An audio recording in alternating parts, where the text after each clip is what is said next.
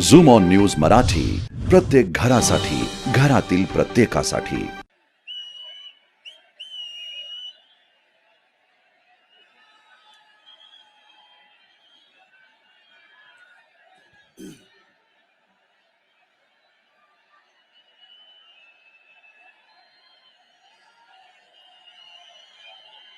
जमलेल्या माझ्या तमाम हिंदू बांधवांनो, भगिनींनो आणि मातांनो,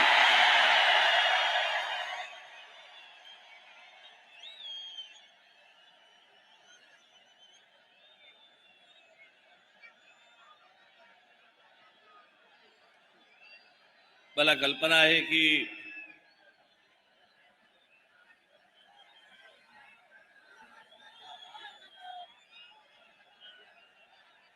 बसायला सोडा, पण उभं राहायला पण जागा नाहीये.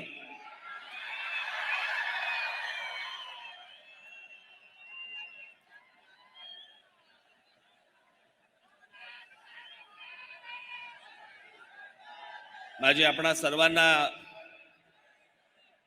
नम्र विनंती आहे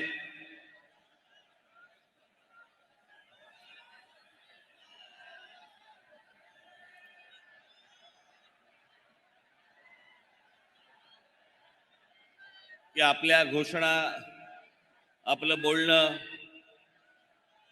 हे जर थांबलं तर मला अनेक विषय आपल्याशी आज बोलता येतील. मी आता येत असताना बाहेर देखील आज अजून हजारो लोक आहेत बाहेर की त्यांना आतमध्ये येता येत नाहीये, कारण आतमध्ये जागाच नाहीये.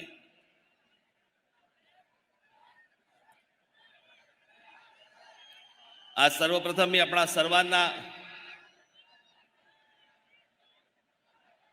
1 मेच्या महाराष्ट्र दिनाच्या सर्वांना मनपूर्वक शुभेच्छा देतो. कामगार दिनाच्या मनपूर्वक शुभेच्छा देतो आणि बोलायला सुरुवात करतो.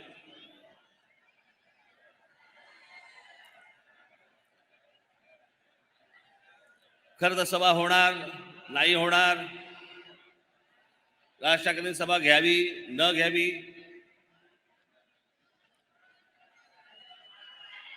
सभेला परवानगी मिळणार नाही मिळणार,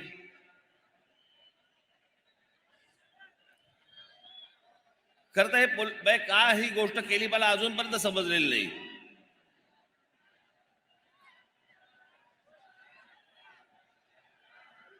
मी महाराष्ट्राच्या कुठच्याही कोपऱ्यामध्ये जरी मी समजा सभा घेतली असती तरी दूरदर्शनवरनं तुम्ही पाहिलंच असतात ना.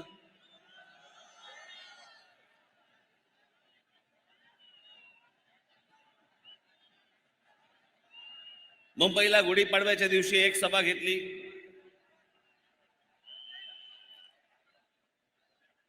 त्याच्यानंतर त्या सभेनंतर बरेच जण बडबडायला लागले. मग त्यांना उत्तर देण्यासाठी म्हणून एक उत्तर सभा ठाण्यामध्ये घेतली.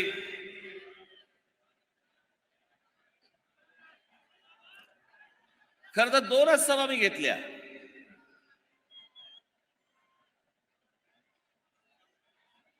पण या 2 सभांवरती किती बोलतायत.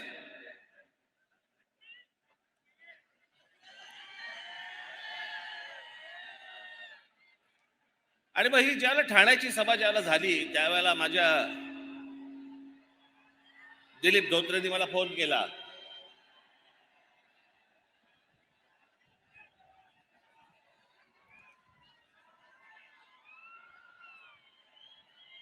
बसतील शांत, जागा नाही, ऐकता येणार नाही त्यांना. आणि आमच्या दिलीप धोत्रेंनी फोन केला आणि दिलीप धोत्रेंनी सांगितलं की साहेब आपण एक संभाजीनगरला आपण एक सभा घेऊया.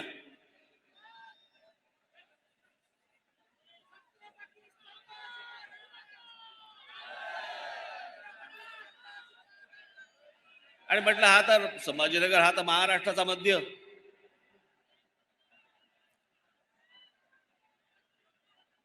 मग मी त्याला सांगितलं, म्हटलं आपण एक संभाजीनगरला सभा घेऊ. म्हटलं मी तुला तारीख सांगतो नंतर. आता हा विषय फक्त संभाजीनगर पुरता मर्यादित नाही.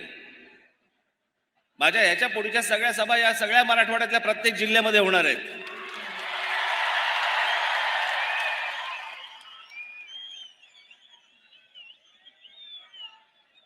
तसंच विदर्भातही जाणार आहे.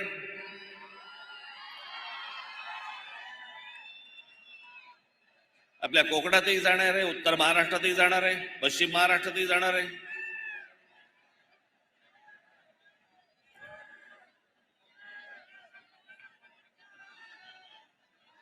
पण या सभांना आडकाठी आणून काहीच होणार नाही. मी कुठेही बोललो तरी ते लोकांपर्यंत पोहोचणारच आहे.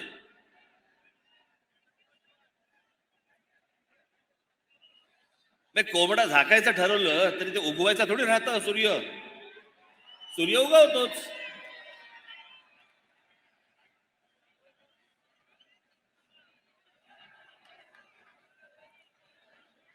पण आज या ऐतिहासिक संभाजीनगरमध्ये जी काय उरली सुरली जी काय आहे ती म्हटलं आता जरा संभाजीनगरमध्ये काढू.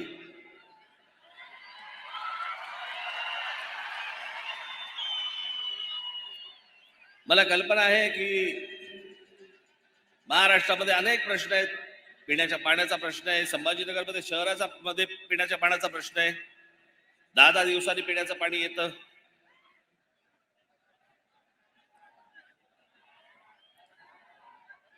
सगळेच अडचणी आहेत. सगळेच प्रश्न प्रलंबित आहेत. मला याची संपूर्ण कल्पना आहे.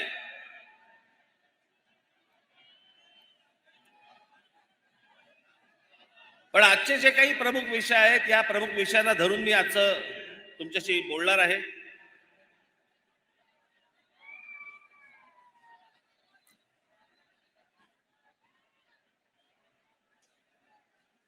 आज या संभाजीनगरमध्ये खरं तर या संभाजीनगरचं त्याचं मूळ नाव खडकी.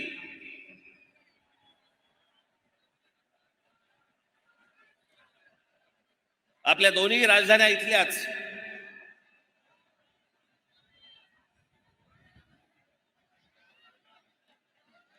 एक आमचा देवगिरीचा किल्ला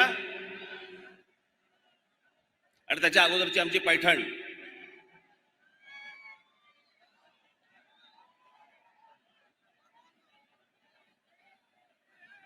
मला असं वाटतं आजचा महाराष्ट्र दिन 1 मे आपण साजरा करताना पहिल्यांदा आपण थोडासा महाराष्ट्र नीट समजून घेणं गरजेचं आहे. कारण आपल्याला जर महाराष्ट्रच समजला नाही, मी त्याविषयी म्हटलं ना, ठाण्याच्या सभेमध्ये म्हटलं का कुठच्या सभेमध्ये म्हटलं मला तर आठवत नाही मला.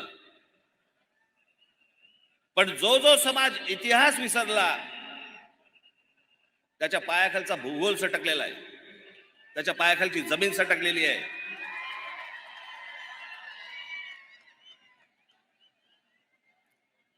आणि म्हणून मला असं वाटतं की थोडासा इतिहास आपण समजून घेणं गरजेचं आहे की आपण कोण आहोत. आपण महाराष्ट्राचे आहोत. आपण मराठी आहोत.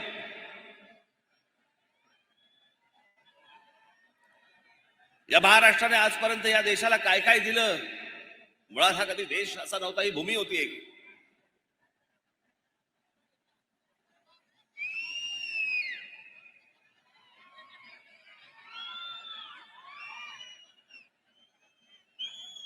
पण आमच्या ज्ञानेश्वर गेल्यानंतर ज्या वेळेला अल्लाउद्दीन खिलजी ज्या वेळेला महाराष्ट्रामध्ये इथे आला,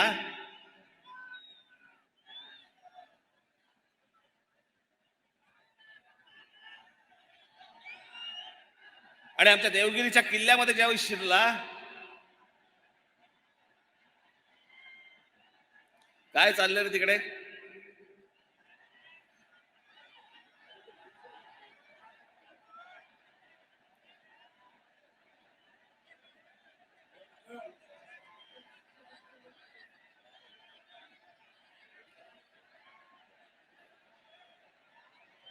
जर कोणी टाळकी जर काही गडबड करायला आली असेल तिथल्या तिथे हाणा.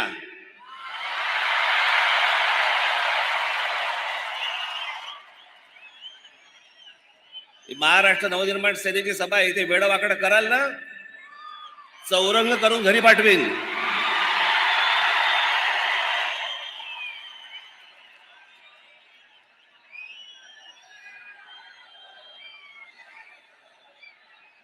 बसा बसा. लगेच बघायला लागले काय झालं काय झालं. काय नाही झालं. बसा.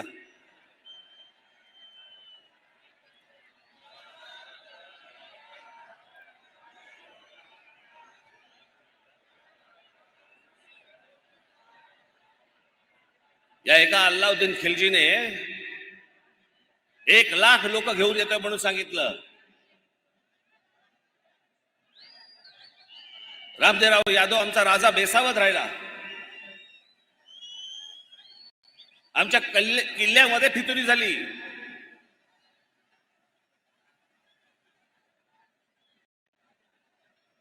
आणि ते 1,00,000 लोक नव्हतीच येणारी.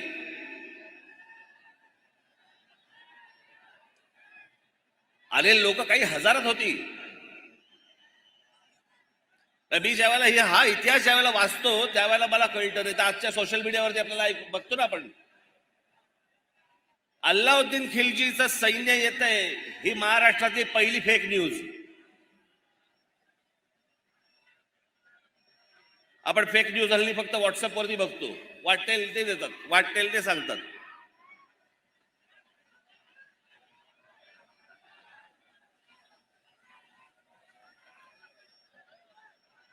आमच्या महाराष्ट्राची कन्या रामदेवराव यादवांची मुलगी हिला अल्लाउद्दीन खिलजी पळवून घेऊन गेला.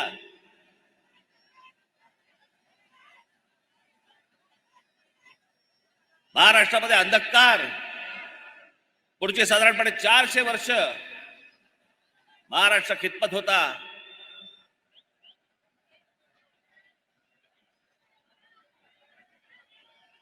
या महाराष्ट्रातल्या माझ्या माता भगिनींवरती अत्याचार होत होते,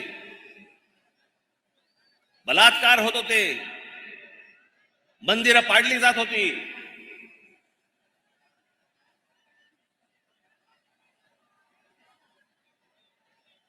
याच पैठणीला आमच्या एकनाथ महाराजांनी तेव्हा तिथे आरोळ दिली, दार उघड भैये दार उघड.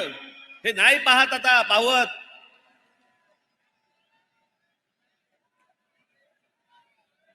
आणि या 1630 ला दार उघडलं. आमच्या छत्रपतींचा जन्म झाला.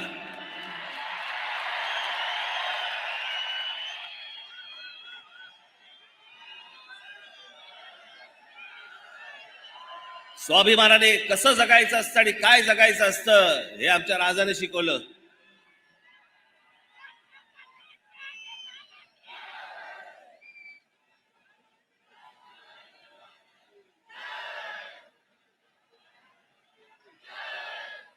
महाराज गेले. हे इथे आमच्या नांदेडला राहणारे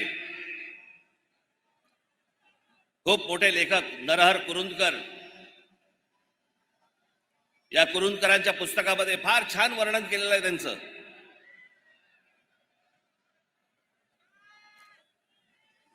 छत्रपती शिवाजी महाराज म्हणजे कोण होते. आपण फक्त काय विचार करतो, अफजल खानाचा कोथळा पाडला, शाहिस्ते खानाची बोटं छाटली, आग्र्यावरून तिथून निसटले. पण केवळ 50 वर्षाचं आयुष्य, 50 वर्षाचं आयुष्य. इतका मोठा हा राजा,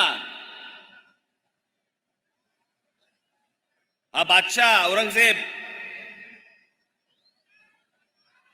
हा शिवाजी महाराजांना तिथून निसटल्यावरती मारण्यासाठी म्हणून इथे आला, सगळं काही सोडून. महाराष्ट्रामध्ये औरंगजेब आलाय 1681 साली आणि महाराजांचा मृत्यू झालाय, महाराजांचं निधन झालंय 1680 साली. औरंगजेबाला माहित नव्हतं का की ज्याच्यासाठी म्हणून आपण महाराष्ट्रामध्ये चाललेलो आहोत तो माणूसच राहिलेला नाहीये. आपण कशासाठी चाललोय. तरी पुढची 27 वर्ष हा औरंगजेब या महाराष्ट्रामध्ये इथे राहिला आणि इथं मेला. 27 वर्ष परत कधी आग्र्याला गेलेला नाहीये. इथे संभाजीराजे त्यांच्याशी लढले, संताजी धनाजी लढले, राजाराम महाराज लढले, ताराराणी साहेब लढल्या.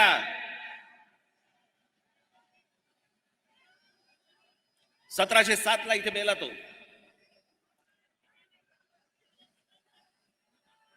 औरंगजेबाने जी पत्र पाठवलेली आहेत ना ती जी पत्र पाठवलेली आहेत त्या पत्रामध्ये तो कोणाचाही उल्लेख नाही करत. त्या पत्रामध्ये फक्त उल्लेख करतोय शिवाजी अजून मला छळतोय. ती जी प्रेरणा आहे ज्याच्यावरती हे सगळे लढतायत त्या प्रेरणेला तो शिवाजी म्हणतोय. तो वेडा नव्हता, खुळा नव्हता. त्या औरंगजेबाला फक्त कळलं होतं की शिवाजी व्यक्ती नाहीये, शिवाजी हा विचार आहे.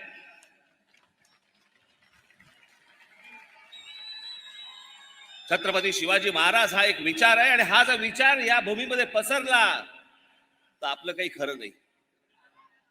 आणि तेच झालं. संपूर्ण मराठेशाहीने उद्ध्वस्त केलं मोगल साम्राज्य.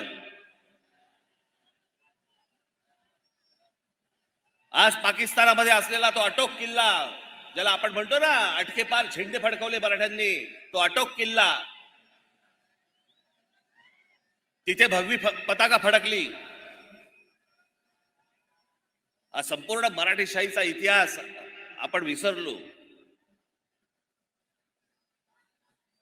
आम्हाला काहीच माहित नाही. आम्ही फक्त पुण्यतिथी आणि जयंत्या फक्त साजऱ्या करतोय आम्ही महापुरुषांच्या.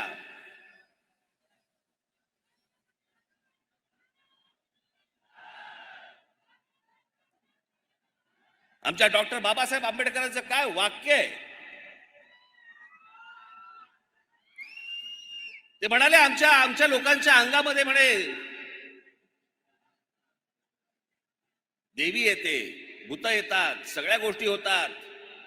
काय वाक्य आहे त्यांचं, अप्रतिम वाक्य आहे. त्याचे बाबासाहेब म्हणतात ज्या दिवशी या देशातल्या या समाजाच्या अंगामध्ये शिवाजी नावाचं भूत येईल ना त्या दिवशी अख्खं जग पादाक्रांत करून टाकू आपण.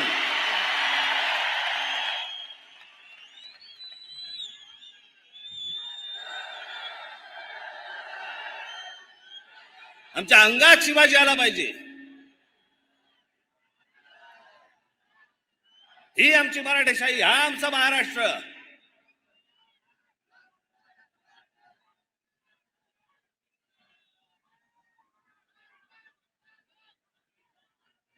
आज काय महाराष्ट्राची परिस्थिती झाली आहे. आमच्या महाराष्ट्राची आबरू वेशीवरती टाकली जाते. रोज आमच्या महाराष्ट्रामधले नेते वाटतेल ते बरळतायत, वाटतेल ते बोलतायत.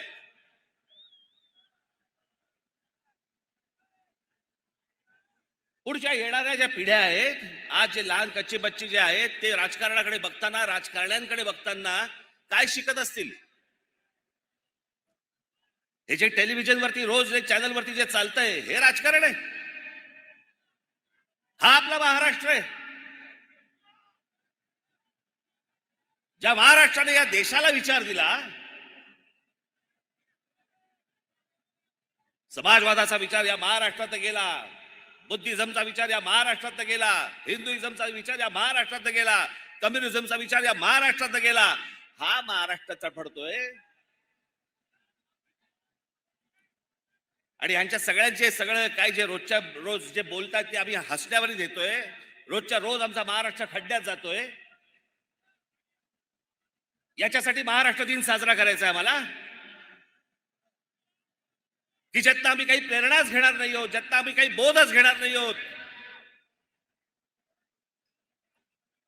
सर्वात जास्ती समाज सुधारणा महाराष्ट्राने दिले, विचारवंत या महाराष्ट्राने दिले. एक गोष्ट अशी नाही की जी महाराष्ट्रामध्ये कधी जन्माला नाही आली, महाराष्ट्राने इतरांना दिली. आणि आज काय महाराष्ट्राची हालत करून ठेवली आपण. आई बहिणीवरनं शिव्या घालतायत. कोणी मुद्द्याचं बोलायलाच तयार नाहीये. सगळेजण मुद्द्यावरती बोलतायत. आम्ही काय शिकवतोय तरुणांना? हुल्लडबाजी. याचं कारण आमचं लक्षच नाहीये.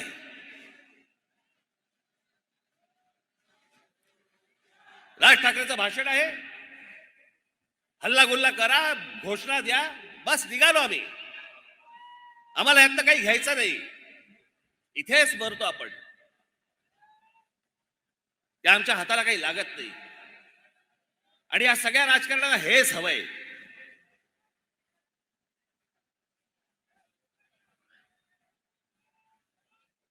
माझी 2 भाषणं काय झाली त्याच्यावरती सगळे काय फडफडायला लागले.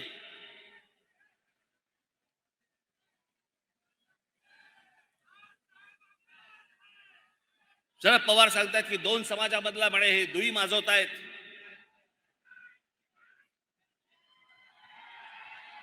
हे महाराष्ट्र आणि देशासाठी म्हणे योग्य नव्हे. मी दुई माजवतोय. पवार साहेब, आपण जाती जातीमध्ये जे भेद निर्माण करताय ना त्याने दुई माजती आहे.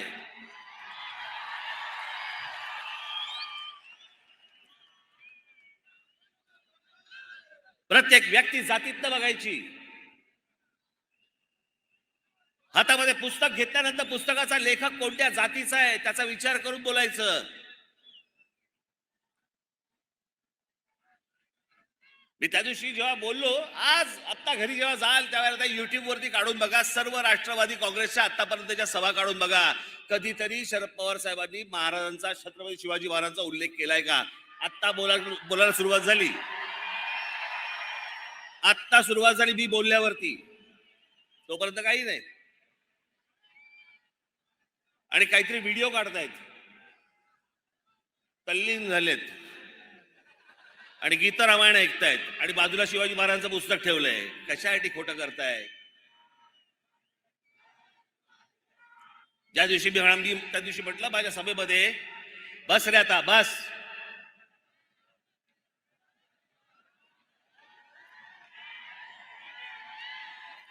त्या दिवशी जेव्हा मी म्हटलं की शरद पवार साहेब हे नास्तिक आहेत, लागलं झोमलं.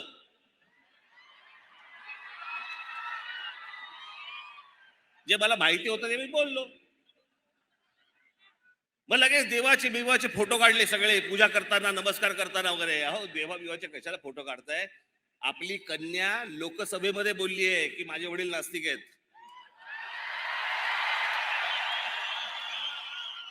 आता याहून अधिक काय पुरावा देऊ मी? जिकडे सभा घेतायत तिकडे बोलतायत. राज ठाकरेंनी पण त्यांच्या आजोबांची पुस्तकं वाचली पाहिजेत. अरे मी वाचली आहेत. पवार साहेब, तुम्हाला अपेक्षित असलेल्या गोष्टी फक्त तुम्ही वाचलेल्या आहेत. अख्खी पुस्तकं वाचा, संदर्भात सहित वाचा, मग तुम्हाला कळेल.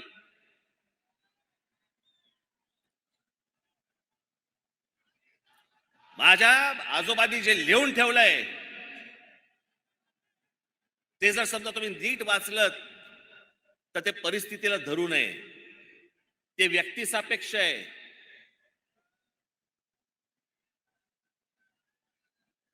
जातीपातीमध्ये भेद निर्माण करणार नव्हे.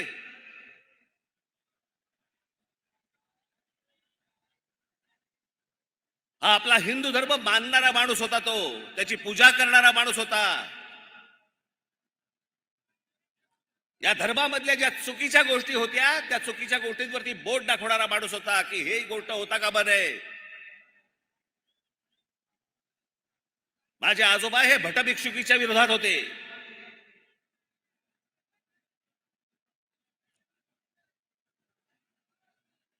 धर्म मानणारा माणूस होता. म्हणून मी आज पवार साहेबांसाठी काही संदर्भ आणलेत.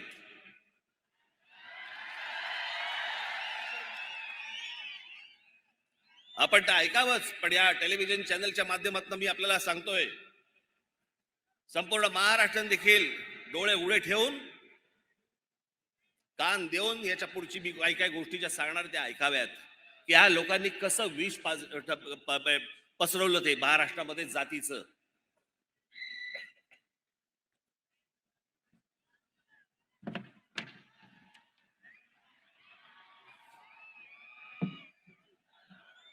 मी प्रबोधनकारांच्या काही पुस्तकं आणि त्यातले संदर्भ खास करून पवार साहेबांना सांगण्यासाठी म्हणून इथे लिहून आणलेत की जर जमलं तर आपण हे वाचावेत.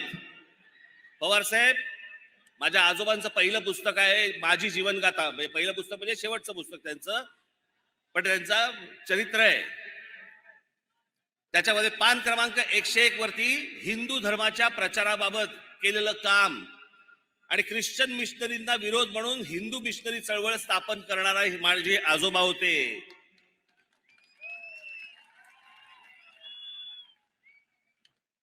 महाराष्ट्रामधला नवरात्रोत्सव आपल्याला कल्पना नसेल, सार्वजनिक नवरात्र उत्सव सुरू करणारे माझे आजोबा होते, प्रबोधनकार ठाकरे होते.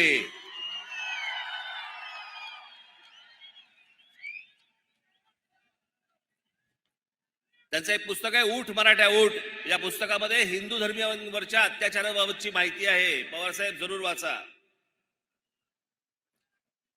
प्रबोधन मधील प्रबोधनकार यांचा खंड क्रमांक 1 प्रतापगडावरच्या भवानीवरचं संकट हे वाचा.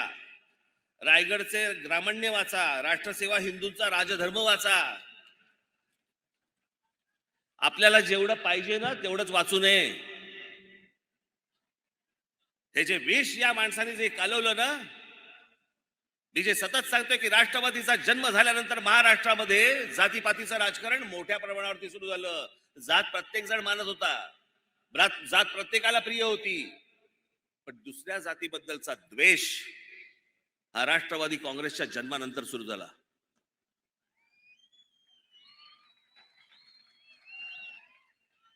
माझा मराठा बांधव भगिनी यांची माती भडकवायची. मग कोणतरी जेम्स लेन सारखा एक माणूस उभा करायचा. मग त्यांनी काहीतरी पुस्तक लिहिलं, त्या पुस्तकामधले काहीतरी गोष्टी काढायच्या. आणि ज्या माणसाने संपूर्ण महाराष्ट्रात नव्हे तर देशात छत्रपती शिवाजी महाराज घराघरापर्यंत पोहोचवले, त्यांच्या वृद्धापकाळामध्ये पवार साहेबांनी आमच्या बाबासाहेब पुरंदरेंना त्रास द्यायला सुरुवात केली. कशासाठी? की ते ब्राह्मण आहेत म्हणून. पवार साहेबांना मला एकच गोष्ट सांगायची आहे, या राज ठाकरे ना आमचं घर, आमच्या घरामध्ये आम्हाला कधी जातपात शिकवली नाही, आम्हाला जातपात माहिती नाही, आम्ही जातपात कधी बघत नाही आणि आम्हाला जातीपातीशी काही देणं घेणं नाही. मी ज्याच्याकडे जातो ती व्यक्ती त्या व्यक्तीकडे जातो. मी जात बघून जात नाही, जात बघून पुस्तकं वाचत नाही.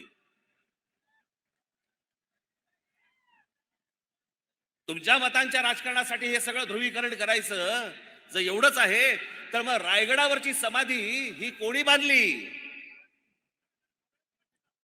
आमच्या शिवछत्रपतींची समाधी जी बांधली गेली रायगडावरती कोणी बांधली? आमच्या लोकमान्य टिळकांनी बांधली. लोकमान्य टिळकांना आता तुम्ही काय ब्राह्मण म्हणून बघणार आहात का? लोकमान्य टिळकांनी ज्यावेळेला स्वतःचं पहिलं वर्तमानपत्र काढलं, त्या वर्तमानपत्राचं पहिलं नाव काय? मराठा.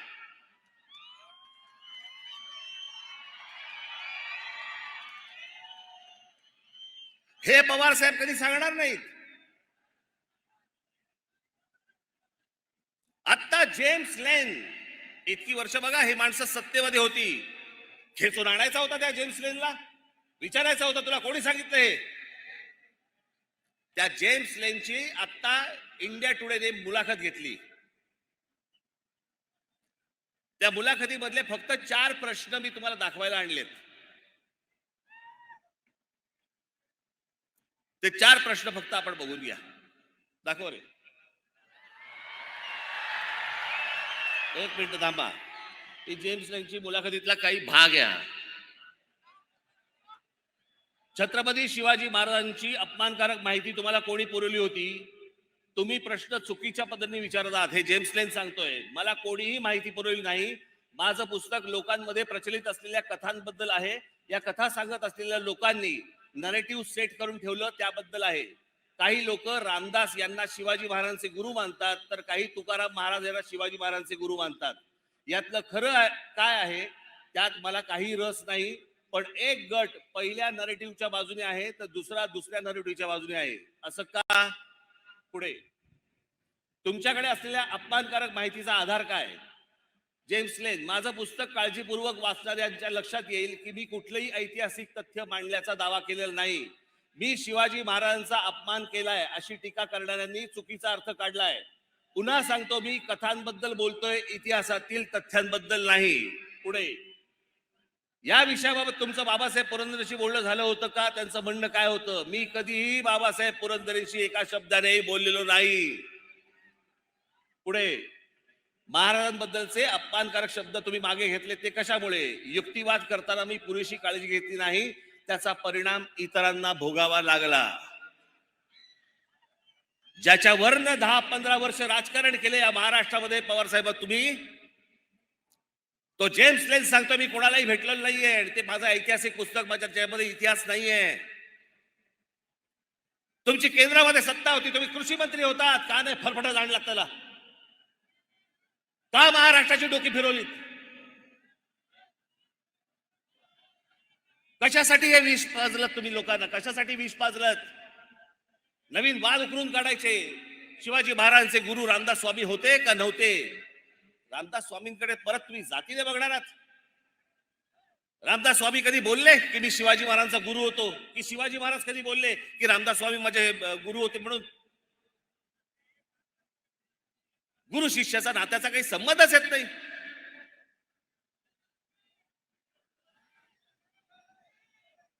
जे रामदास स्वामीने आजपर्यंत जे शिवाजी महाराजांवरती लिहून ठेवलेलं आहे ना, मी त्याच्या इतकं उत्कृष्ट शिवाजी महाराजांवरती लिहिलेलं आजपर्यंत कुठेही वाचलेलं नाही.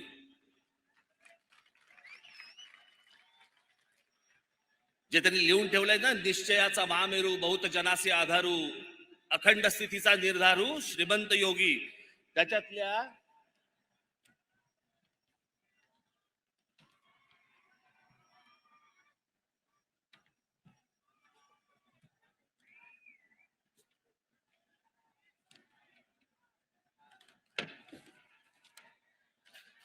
फक्त शेवटच्या 3 ओळी वाचून दाखवतो. लाऊडस्पीकर वरती येणार पण थोड्या वेळाने.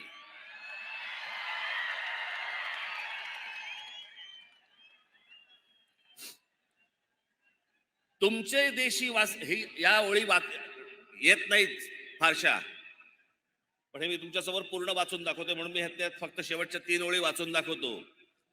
तुमचे देशी वास्तव्य केले परंतु वर्तमान नाही घेतले, ऋणानुबंध विस्मरण झाले काय नेणो, सर्वज्ञ मंडळी धर्ममूर्ती काय सांगणे तुम्हा प्रती, परी धर्म संस्थापनेची कीर्ती सांभाळली पाहिजे.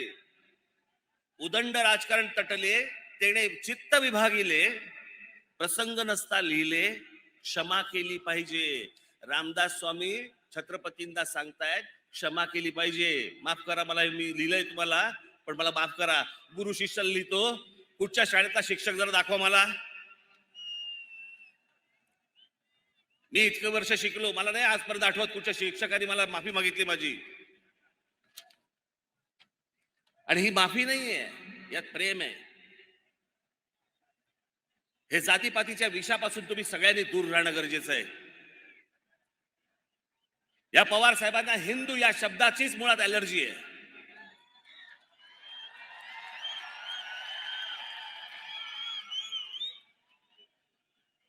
प्रत्येक वेळेला बोलताना शाहू फुले आंबेडकरांचा महाराष्ट्र, हो तो आहेच,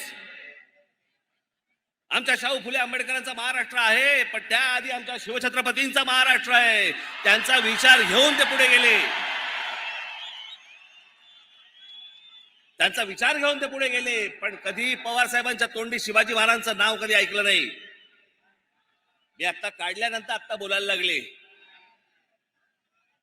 आणि हल्ली काय गोष्टी काय लपून राहत नाहीत. त्या सगळ्या राष्ट्रवादीच्या सभा तुमच्या समोर आहेत, घरी जाऊन बघू शकता. फोटो पण नसतो, फोटो पण कधी नसायचा, आता सुरू केलं लावायला. या सगळ्या गोष्टींपासून मी हे मुद्दामून आपल्याला सांगतोय, कारण हे जे सत्य जे चालू आहे ना त्यांचं. आणि पवार साहेब, पहिली गोष्ट आपल्याला निश्चितपणे सांगतो, मी जात मानत नाही, मला जातीशी काही देणं घेणं नाही. इथे कोणा ब्राह्मणांची बाजू घेण्यासाठी म्हणून मी पण उभा नाहीये आणि कोणाचीच बाजू घेणार नाहीये. महाराष्ट्र असा कधी नव्हता. याच आमच्या शिवछत्रपतींनी आम्हाला शिकवलं. 18 पगड जातींना घेऊन स्वराज्याची स्थापना केली. या 18 पगड जाती या महाराष्ट्रासाठी झटत होत्या. या 18 पगड जातींमध्ये विष घालवलं तुम्ही का? तुम्हाला सगळ्यांमधून मतं पाहिजेत म्हणून, आमदार निवडून यायला पाहिजेत म्हणून? अहो, एवढ्याशा छोट्याशा गोष्टीसाठी म्हणून हे कालवलेलं विष कुठपर्यंत गेले बघा. शाळा कॉलेज पर्यंत गेलं.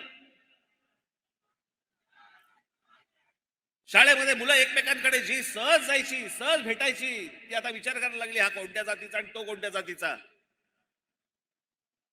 याच्याशी मैत्री करू की नको, ह्याच्याशी मैत्री करावी, इथपर्यंत घाण राजकारण आणलं आणि म्हणून महाराष्ट्र दिवस साजरा करायचा आम्ही. मी त्या दिवशी म्हटलं ना, अरे आम्ही जातीतनं बाहेर येत नाही आहोत, आम्ही हिंदू कधी होणार, आम्ही मराठी कधी होणार.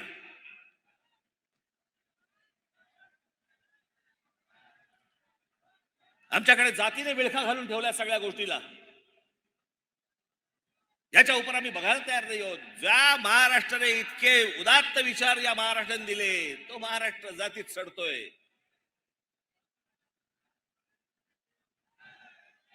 त्याचा दिवस साजरा करायचा आम्ही.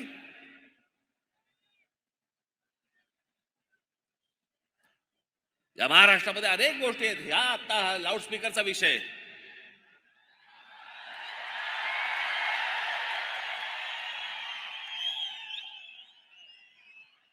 त्याशी एका पत्रकाराने मला विचारलं, नाही एकदम लाऊडस्पीकर अचानक. म्हटलं अचानक? बरं कधी काढला की तुम्ही विचारणार अचानक? कधी काढायचाच नाही का? मी त्याच्या अगोदरच्या माझ्या क्लेम्स दाखवल्या होत्या त्याशी. याच्या अगोदर अनेकदा बोललोय. बरं हा काही लाऊडस्पीकर हा नवीन विषय नाहीये, हा काही मी पहिल्यांदा मांडतो अशातला विषय नाहीये. याच्या अगोदर अनेकांनी मांडलाय. मी फक्त त्याला पर्याय दिला.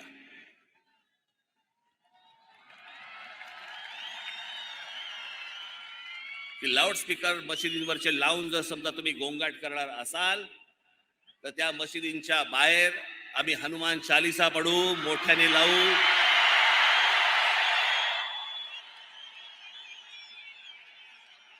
मला कुठेही महाराष्ट्रामध्ये दंगली घडवायच्या नाहीत.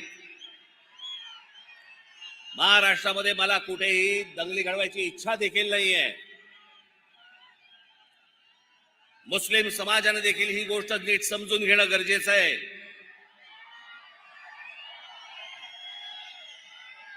त्या दिवशी माझ्याकडे नाशिकला एक जण पत्रकार आले आणि ते पत्रकार मला, ते मुस्लिम समाजातले होते आणि ते आले. त्या पत्रकाराने मला सांगितलं, माझ्याकडे आतल्या पुण्याच्या केबिन मध्ये आतमध्ये आले आणि मला म्हणाले, साहेब मी मुसलमान आहे, पण आम्हाला भोंग्याचा खूप त्रास होतो. म्हणजे माझं लहान मूल हे लाऊडस्पीकर लागले की म्हणे झोपेना, ते आजारी पडायला लागलं.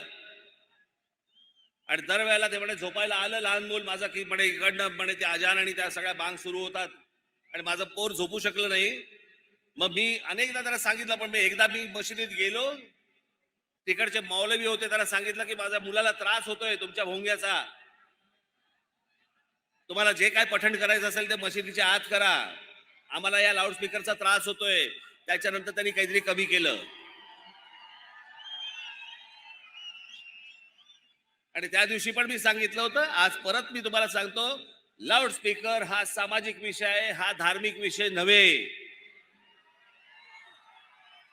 आणि लाऊडस्पीकर या विषयाला जर समजा तुम्ही धार्मिक वळण देणार असाल तर त्याचं उत्तर आम्हाला धर्मानेच द्यावं लागेल, एवढं पण तुम्ही लक्षात ठेवावं.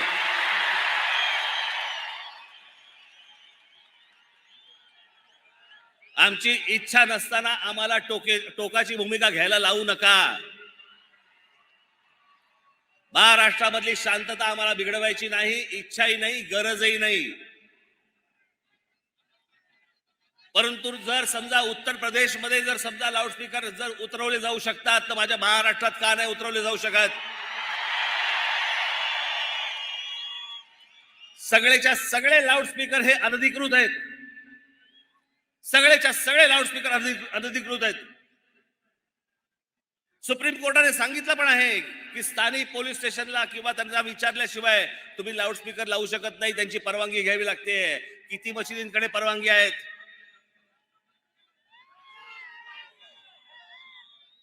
कोणाचकडे परवानग्या नाही आहेत. मला कोणीतरी सांगितलं, कालच कोणीतरी सांगितलं, इथे संभाजीनगर मध्ये 600 मशिदी आहेत. बांगेची कॉन्सर्ट चालते की काय इकडे?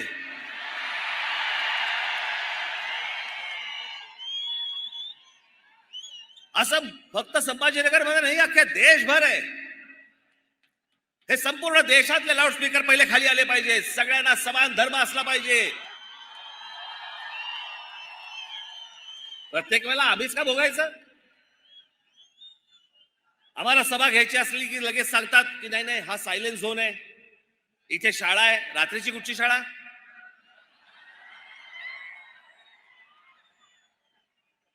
हा सायलेंट झोन आहे, इथे शाळा आहे, इथे मंदिर आहे, इथे सभा नाही घेऊ शकत. आणि ह्याना कुठेही रस्त्यावरती येऊन तुम्ही नमाज पडताय. कोणी अधिकार दिले तुम्हाला?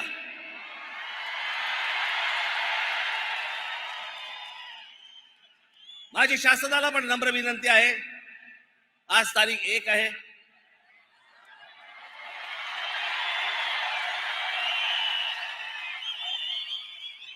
उद्या तारीख 2 आहे.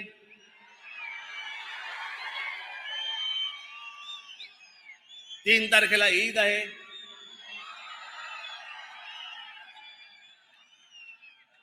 त्यांच्या सणामध्ये मला कुठच्याही प्रकारचं विष घालवायचं नाही. 4 तारखेपासून ऐकणार नाही.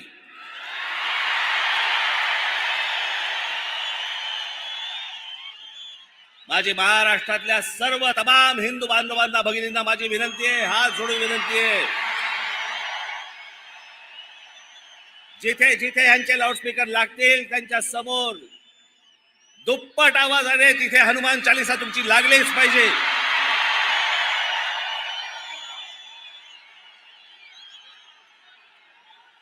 विनंती करून जर समजत नसेल तर आमच्या समोर दुसरा पर्याय उरत नाही. लाऊडस्पीकर तुमच्या धर्मामध्ये बसत नाही.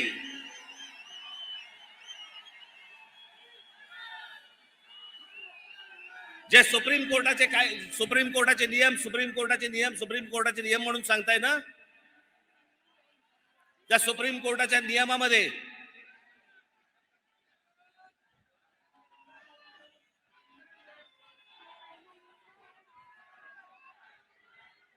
माझी पोलिसांना नम्र विनंती आहे,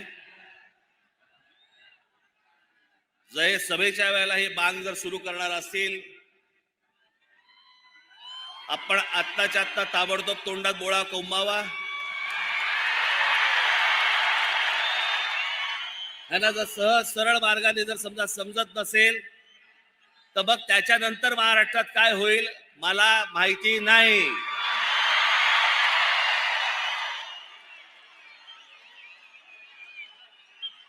इथे जे कोणी पोलीस अधिकारी असतील त्यांना मी सांगतोय, आत्ताच्या आत्ता जाऊन हे पहिल्यांदा बंद करा.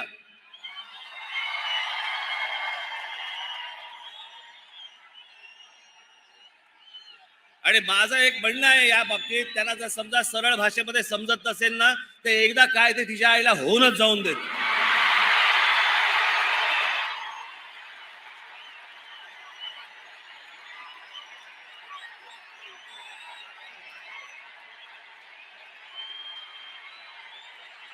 अजिबात शांत बसता कामा नये तुम्ही.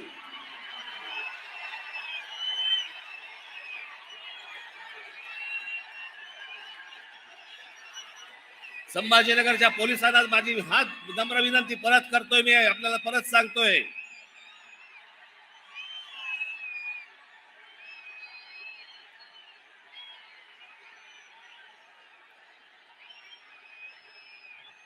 हे जर या पद्धतीने वागणार असतील, यांना जर सरळ सांगून जर समजा समजत नसेल तर महाराष्ट्राच्या मनगटामध्ये काय ताकद आहे ना, ही यांना एकदा दाखवावीच लागेल. आणि म्हणून माझी पोलिसांना विनंती आहे की हे पहिल्यांदा थोबाडं बंद करा या लोकांची. माझी संपूर्ण देशवासियांना, अख्ख्या संपूर्ण देशातल्या माझ्या हिंदू बांधवांना, भगिनींना माझी विनंती आहे की बिलकुल मागचा पुढचा काही विचार करू नका. हे भोंगे उतरले गेलेच पाहिजेत. सगळ्या धार्मिक स्थळांवरचे, मग उद्या मंदिरांवरचे असतील तरी उतरले गेले पाहिजेत, पण ह्यांचे उतरल्यानंतर